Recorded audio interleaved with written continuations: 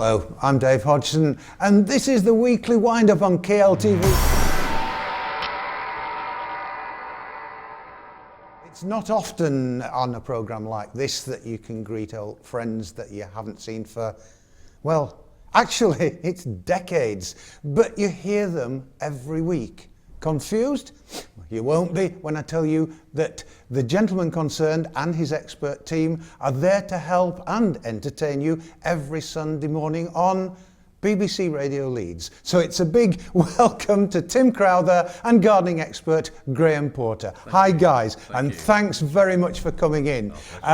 Please, if you're one of the thousands of fans of the programme and you're thinking of ringing in, please don't, because only my questions are going to be answered today. So sorry about that, but next Sunday, ring us off. In fact, flood their switchboard. They'd love it.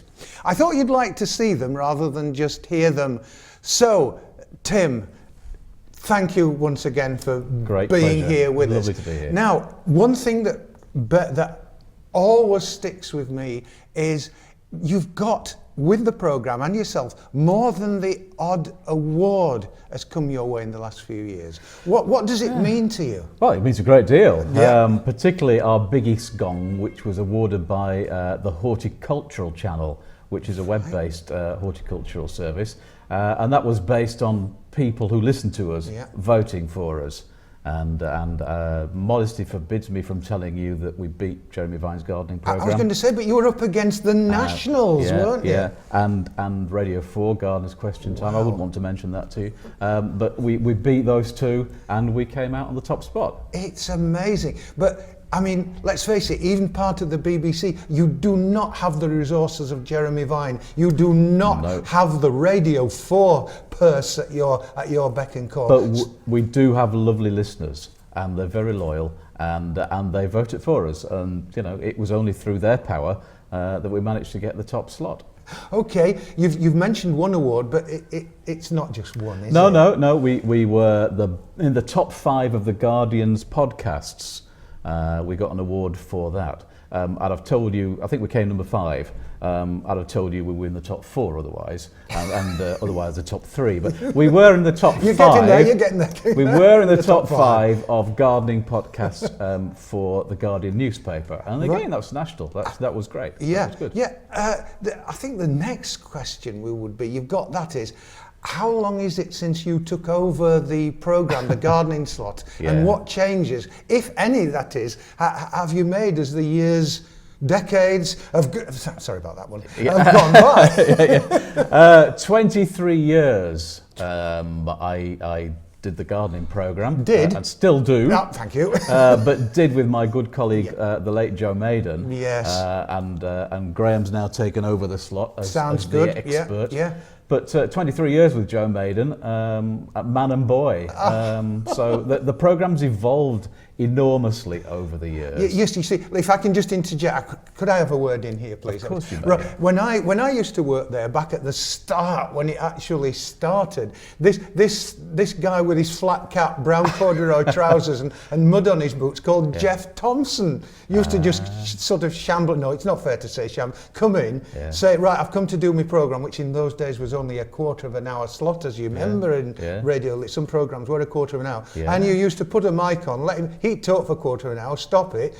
You'd this is going to sound a bit top and tail it. In other words, put a signature tune on the front of it and the back of it, and that was it. Yeah. But now I'm sure there's much more goes into it. It changed, we went to an hour. Well, I started when it was an hour, then we went to 2 hours, and then we went to 3 hours, and then we changed to a prime slot on a Sunday morning between 9 and 12. That was a plug there.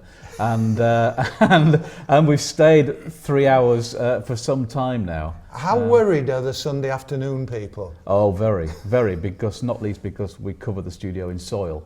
But other than that, yeah. No, we went to 3 hours. But of course, in going to 3 hours, you've got to change the programme. You can't pump 3 hours worth of gardening, serious stuff, down people's throats. So we interject with all kinds of other things. We go off on tangents all over the place, and we talk. You got tangents. Sorry, I could see you riding a bike together. No, not tandems. Tangents. I'm sorry. Yeah. Yes. And humour forms part of the programme as well. And it's That's the way good. that we keep our audience, really. It's the way we grab them and keep them. Yeah, and more power to your elbow for doing that. How much preparation goes into making it sound like you do no preparation? Yeah.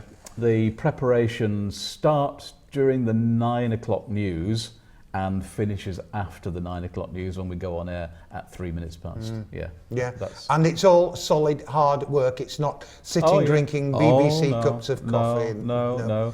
I'll say to Graham, I'll say, what we're talking about, and he'll say, daffodils. Right, okay, well, that's it. And there you go. There you go. That's the preparation.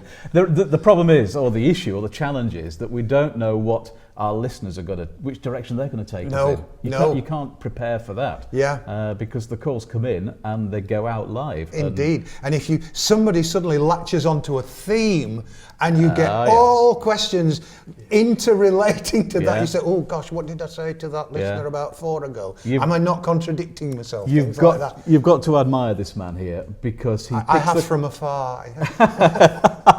He picks up the questions as they come in and answers them straight away. Now, to have a computer for a mind, it's one more than I've got. Of course, throughout this, I've made no secret at KLTV that my roots go back to Radio Leeds, and so do yours. Now, we've asked about how the programme's changed, but I can't let this opportunity slip by saying, how much has BBC Local Radio changed since 1968? Well, we've got electricity now. That's very useful. I asked for that. And when you moved, we moved buildings so that you couldn't find us again. And we're now residing in this building down by the Playhouse in Leeds with big BBC letters. It's very impressive. We'd love it. It's bigger BBC sign than we used to have at the old centre. It's got revolving doors. It's got everything, really. You'll be telling me you've got carpets next. Yes, we do have carpets. Yeah. But in the old days, as you will remember, it was one big wooden desk with faders all over the place. And you had to have a bicycle to get from fader 1 to fader 24. Exactly, yes, it was a bus route, wasn't it? Yeah. Absolutely. Well, these days we've got computer screen after computer screen after computer screen, and it all operates off that.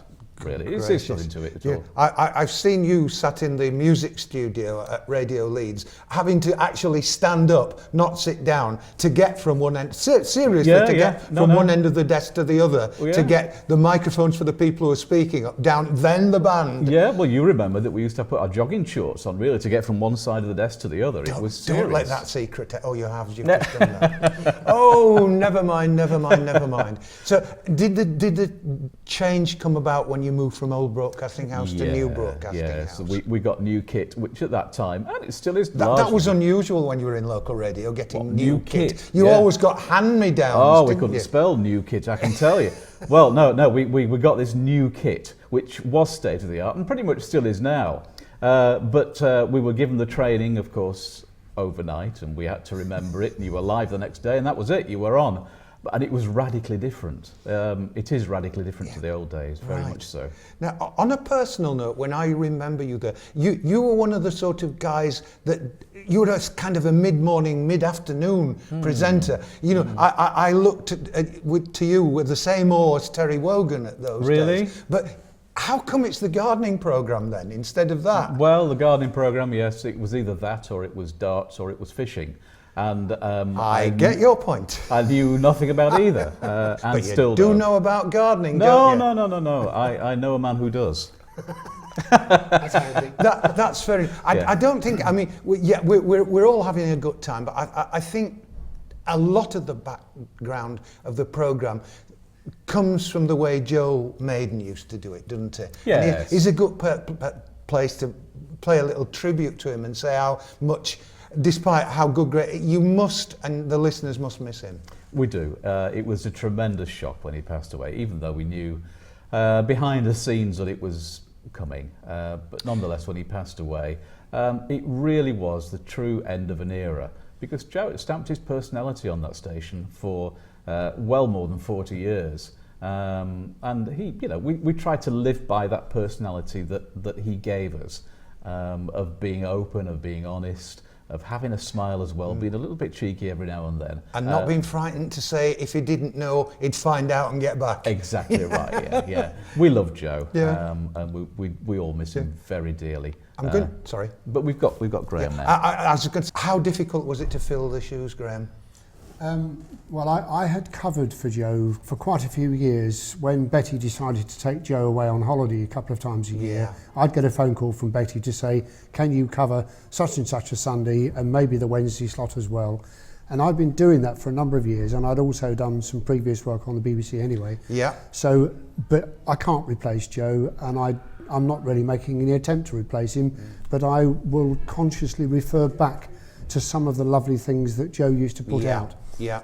I think probably one of the best was squashology, one of the most fabulous words that's not in the Oxford English Dictionary.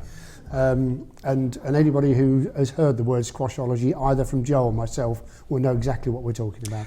That's excellent, and you know, we'll all miss Joe, but times do go on. Think about going on.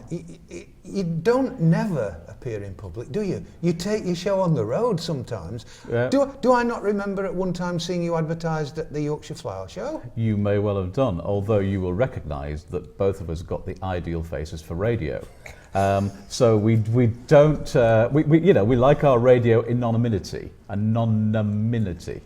But we do go out on the road every now and then. We go to the Spring Flower Show, we go to the Autumn Flower Show, and various other things in between as well, because being seen is quite important as well. And it's good to get amongst the people who listen to us. You know, we've got to stay in contact with them. Exactly. And being there and being part of their lives is important to us. Yeah. Well, you've got Graham with you, and I say new. Well, actually, he said himself, he's not new to the programme. You've done broadcasting before, haven't you?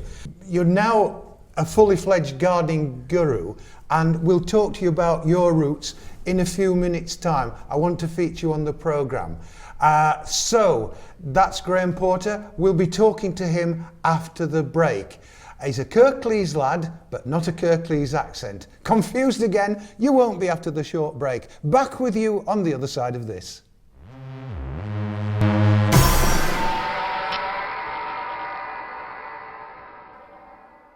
However large or small your business, attracting new customers requires dedication and a lot of patience.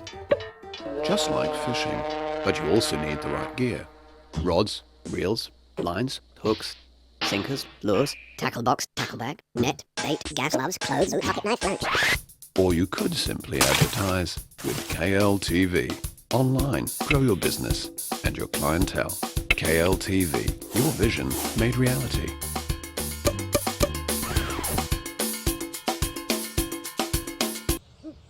Should have gone to KLTV.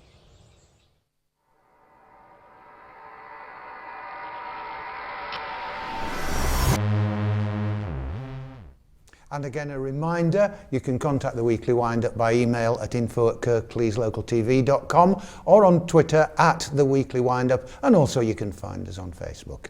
Welcome back, and we're going to talk to the other half of the team, with no disrespect to Tim there, who knows his onions who wrote this script about gardening? And that's Graham Porter. Before we speak to Graham, we have a news item for you from our reporter, Nana Katenga.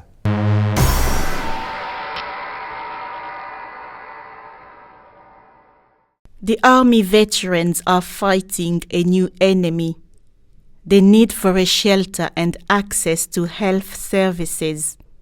According to the Samaritans charity, most veterans are now suffering from post-traumatic disorder. It's also been reported that veterans often feel disadvantaged compared to other citizens in accessing the provision of public services. Today I meet Major Anselm from the Catterick Garrison, and he tells me more about the transition program and some of the challenges ex-forces personnel face when they leave the army. The main purpose of the transition officer is to make sure that soldiers are now briefed not about the inevitable return to civilian life in the last few years of service, but to make sure that soldiers are planning for that inevitable return from the moment they finished their phase 1 training.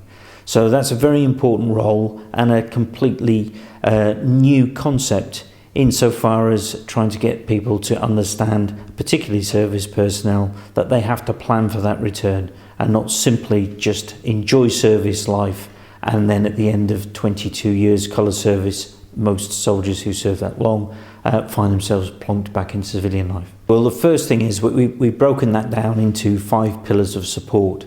That'd be education, employment, health, housing and welfare. And throughout their military career, we offer support by way of their education.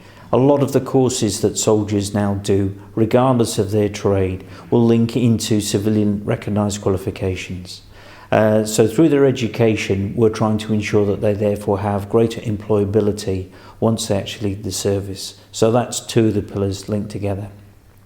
Apart from standard health briefs and support given to soldiers should they be injured, the health mainly on the transition point is to make sure that soldiers actually register with their GP, and that's very important. But we do then find at this point that once soldiers have actually left the service, they are back as a civilian and it is up to them to actually do that. So there is a slight grey area over that aspect. And on the housing front, we're very keen to get soldiers now to engage in purchasing their own home. And we've been running over the last 18 months the Forces Help to Buy programme, which has seen around 3,000 Forces personnel actually purchase their own houses, and that carries on for another 18 months and will be reviewed at the end of that. And finally, on the welfare side, within the units, soldiers will be given support with a variety of concerns that may arise, and then once they actually leave service, the dedicated Ministry of Defence department is UK Veterans, and service personnel, once they've left, can always phone there, and then support will be provided through the network of charities that support, such as the Royal British Legion or Help for Heroes, SAFA. Pensions committees, to ensure that information is transferred between each other. And as I mentioned before, in terms of the health concerns that we have, once a soldier actually leaves, it's then up to that individual to register with the general practitioner. And in the same way, once the soldier has actually left service, we no longer have any controls over that individual. And that's why we need a support base of the councils and charities to support those soldiers that actually do need that. But we should point out really that between 80 and 90% of service leavers manage that transition relatively well and go straight into employment or are in employment within 6 months. The challenges that our ex-service personnel face when they leave the forces is arranging their future housing.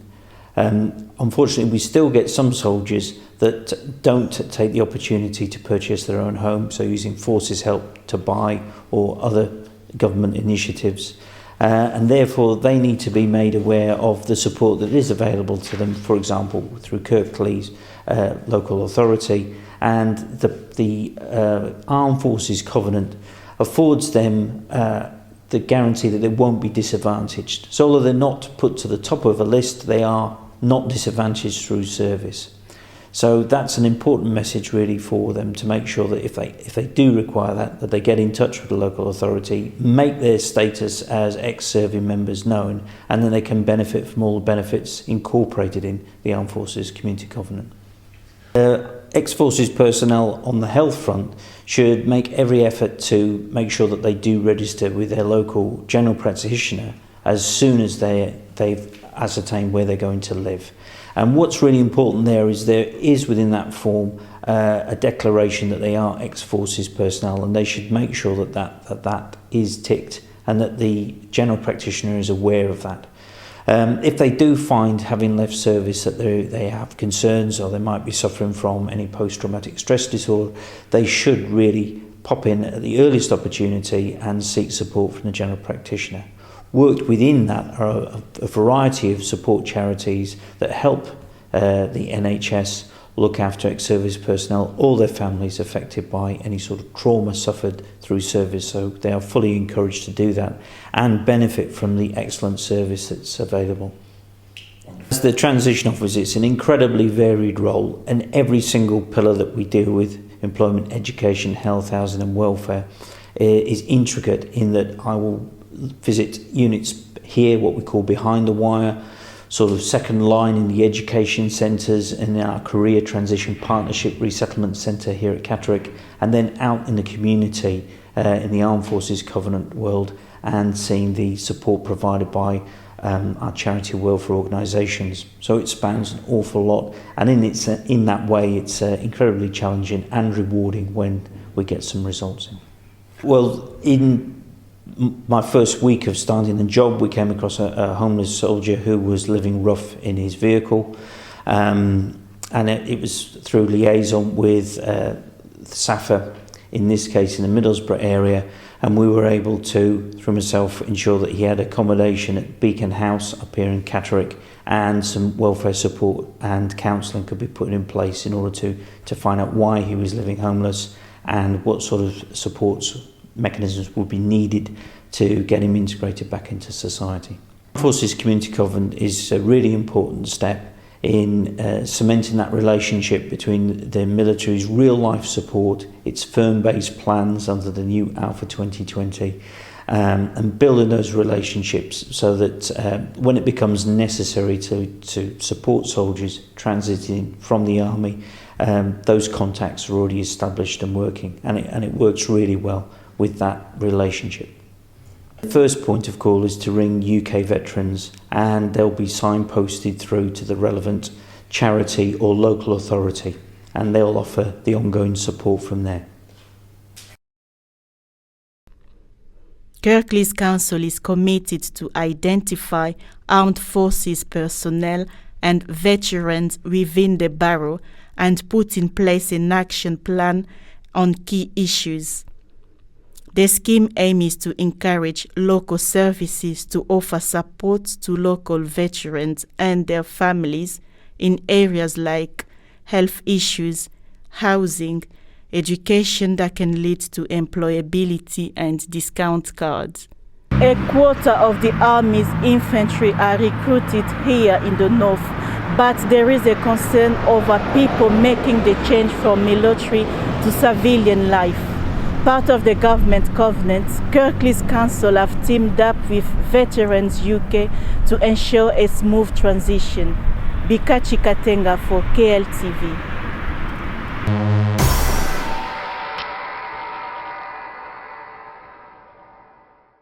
That report from Nana Katanga.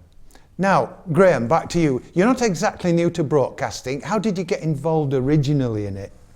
Probably from my role as a horticultural lecturer at Huddersfield Technical College, I was approached by one of the Saturday morning experts, Philip Swindells, and that was 1994.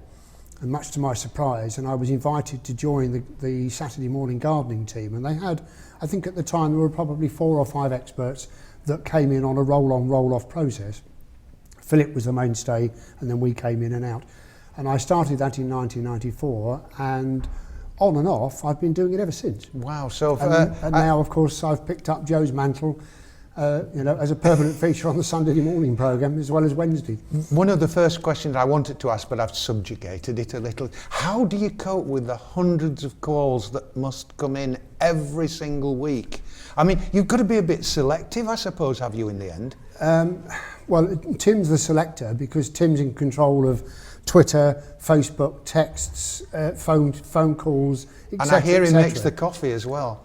No, he doesn't. Oh, you have a person to do that now. Of course, but I should have realised that. Tim, as Tim described earlier, has this bank of computers and slides and all sorts of technology that I don't understand. And so Tim picks the questions randomly so that we get a caller, we get a text, sometimes we get 2 or 3 texts in a row. Sometimes we get a Twitter, and we get very occasionally, and it is very occasionally, we may even get some rotting leaves in that envelope. It doesn't happen that often these days, but we may do that. And it's Tim's choice as to which one he picks for me to tackle. So. Oh, speaking about choice, I'm willing to bet a £0.50 that it's Tim's choice of music. that you play? No. Is it not? None at I all, am no. wrong. I listen to it and think, yeah, that's No. what Tim would have played back in 1960. It's all computer selected now. It's quite My a sophisticated goodness. process. We do play music. We play, 3 or 4 tracks an hour or whatever it is. But it's all selected by a computer now, designed on certain models of who's listening, who isn't listening. I live and learn. I did not Yes. know that happened. What, you just think we're at 12-inch LPs? Well, I saw you coming in with an arm full of LPs, Yeah. shall we say, and 45s. Yeah, no, we've moved away from wax drums. Oh, And very good. We have computers now. It's very clever. But Yeah. there is actually still a record player actually in the studio, Oh, is isn't it? there? There Yes. is actually. Yeah. So there's a little bit of lip service to the old guys. Well, we never use it, but it's there. It's there if you want to bring a record in, we could got the facility. But I'm going to get my own back. Have you ever been caught with not having an answer to a problem? Yes. yeah. And Joe was. And Joe's solution to it was, I wonder what West Yorkshire thinks.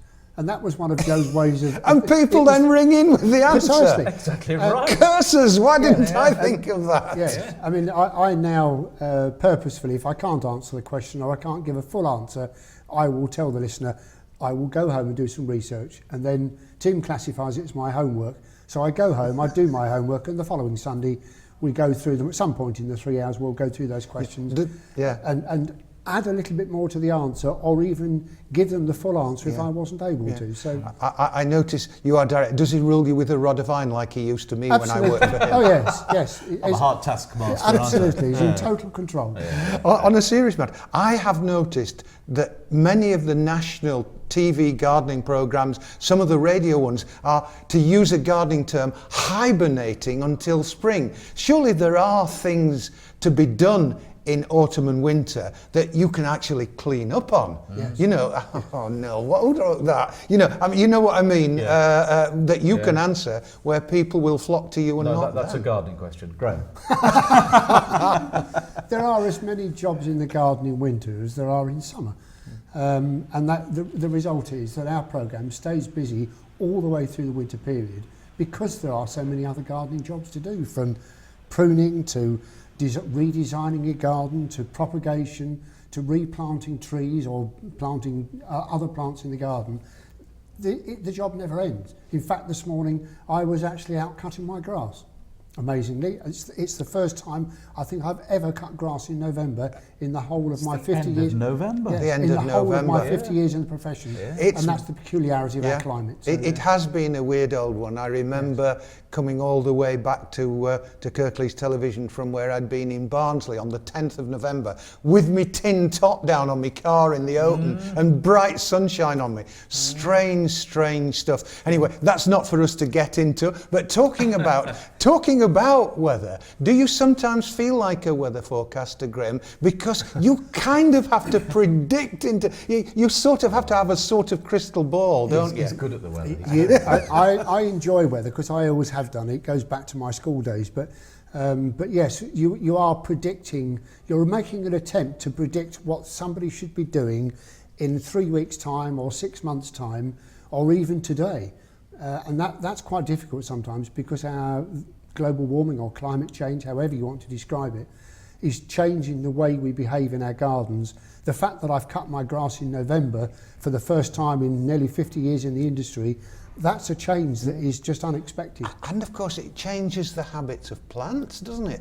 It changes the habits of all sorts of things, but plants particularly. We've had, on our Facebook page, we've had quite a number of people showing photographs of daffodils, not just popping their heads up, but actually in flower. In November. Yeah, we've still got some. What is going on? Yeah, still got some beautiful red roses still Yes, that's flowering right. Yes, that's abundantly. right, yes. And you what? The squirrels are still scampering about. Yes. Shouldn't you be in bed? Yes. Well, there you go. We don't want to talk too much about gardening because we don't want to steal your thunder for this coming Sunday, of course. Now, let's go on to you personally. You're a local Kirklees lad now, as indeed is Tim. What brought you to Kirklees? 32 years ago, I applied for a job with Huddersfield Technical College as a full-time college lecturer, and I was lucky enough to get the job. And I stayed as a full-time lecturer, well, full and part-time, for about 20 years, and then went self-employed when redundancy hit. And I've been living locally ever since. So we've been in our current house for 32 years. having intended originally to stay here for about 4 or 5. You haven't shaved a lot off your accent, have you? Or have you? There are certain people, aren't there? A certain chap called Johnny Anselm who chooses to take the mickey out of my southeastern accent. Every Sunday. Every Sunday, yes. Sunday, We do a lead-in on a Sunday morning at about 8:45, and Johnny Anselm chooses to take the mickey out of my southeastern stroke London accent. Right. Yeah. I tell you what, now a secret that I've not told them. Now to our little rival bid to do a popular gardening programme, but I'm going to drag them into it because what seems to be very much on people's mind at the moment is allotments. What is your advice for getting an allotment ready so that you've got everything in front of you and it's not hard work when it comes to spring? That's a very good question, and we might follow this up on Sunday morning possibly, but allotmenteering has increased in popularity. In many allotment sites across the country, there are now waiting lists of people waiting for allotments, and at this time of year there is a massive clean-up process which might involve a little bit of weed control, but the main thing at this time of year is, what am I going to grow next year? So as the seed catalogues drop through your letterbox and thud onto the hall carpet, that's the time, sort of late afternoon when it's starting to go dark and you can't do anything outside, to sit down and make clearly defined decisions about what you're going to grow next year on your allotment. And that's a key factor at this time of year, so that you can order your seeds in good time, so that when you get to January, February, March, you've got this large packet of seeds, and then you can then say, how am I going to deal with all these? And you program it. And that's all it boils down to, really. So that's really the sort of the key for anybody who's allotmenteering at this time of year, is clean up the allotment as much as you can at this time of year, sharpen your tools, put your tools away, clean up the garden shed if you've got a shed on your allotment, and then go and sit in your lounge, perhaps with something in a glass, and go through the catalogues and decide what you're going to have. A hot cup of Bovril goes down a treat, doesn't it, when you're doing that? Yes. Joe always used to say, be a season ahead. Yes. And that's exactly what you're saying there. That's right, yes. Be ahead of the game. We have to, in some cases, in some tasks, you have to be as much as 12 months ahead of yourself. So absolutely great. But alas, dear viewer, I cannot offer Graham all the delights that Radio Leeds can offer him. So I'm afraid my little bid to start a programme and co-opt is not going to work. But on that note, finally to both of you, and there's a big question here. What's the future of the Radio Leeds gardening programme? And go on, give us a plug as if you needed it with the listeners that you've got. When is it on? Where do we find you on the radio dial? The future is to continue as we are, stay relevant, stay on top of the game really, and offer a service to our listeners, which is what we're about on a Sunday. In terms of the plug, well, 92.4 FM, Sunday mornings between 9 and 12, where you'll hear him and I. G&T on the BBC. G&T on the BBC. You've got to admit it, it's a lovely line, isn't it? It's a cracking line. It was Tim's invention, not mine. Yes, indeed. Yeah, no, I was just thinking of Sunday afternoons, and I thought, yes, G&T. G&T on the BBC will do for us. So Sunday morning between 9 and 12, BBC Radio Leeds, 92.4 FM. Be there. And of course, DAB Radio. Absolutely. Did I do well there for you? You did, telly. Yes. Channel 719. Channel 719 as well. Yes. There you go. You can't miss them. You shouldn't miss them, I tell you. It's worth listening to. It's turned me on to gardening when I was a bit indifferent, I can tell you. Thanks to Tim and Joe. I'll say thanks properly in a bit, but we've got to go on now to our final item from the Huddersfield Examiner on the 26th of November. Huddersfield's angels of trains have been now traced and identified. The Good Samaritans who came to the aid of a grieving elderly couple caught up in the rail shutdown have been found, thanks to the Examiner, and from now on the couple will not need help anymore because John and Kay Houseman are planning a personal thank you to the women who helped them. They are Martine Picano, or is it Pizzano? I'm not sure. Sorry about that, Martine. I'll do it both ways and hope for the best. Tracy Taylor and Alison Derham. They were on their way back to Huddersfield after a weekend in Manchester celebrating Martine's up-and-coming, dare I say, sorry Martine, 40th birthday with other friends. Mr. and Mrs. Horseman, who live in Consett, County Durham, had been on holiday in Benidorm when they got a devastating call that their son Philip had collapsed and had unfortunately unfortunately died. Mr. Horseman, who's 82, and his wife, who is 76, were unable to get a flight to Newcastle, but managed to get seats on a plane that was flying into Manchester on a Sunday morning. But they landed at a time when signalling problems meant that many trains out of Manchester and Huddersfield were cancelled or delayed, and they faced a nightmare of a journey to get back to Durham, not knowing how to do it. The three women made sure that they got seats on the right trains, carried all their bags for them, and arranged a taxi to take them from Huddersfield to Leeds on that leg where there wasn't a train. Martine gave Mr. Horseman £20 for the taxi fare to boot.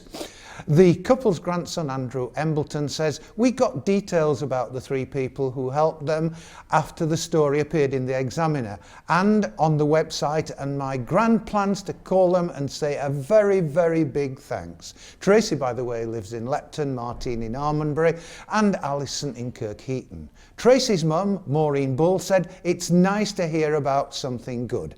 We agree with you, Mrs. Bull, and it's a great story to end on. Thanks to Tim and Graham as always. That's it from the Weekly Wind-Up this week. Join us next week when David Ridgway assumes command. As for me, well, I'll see you in the new year.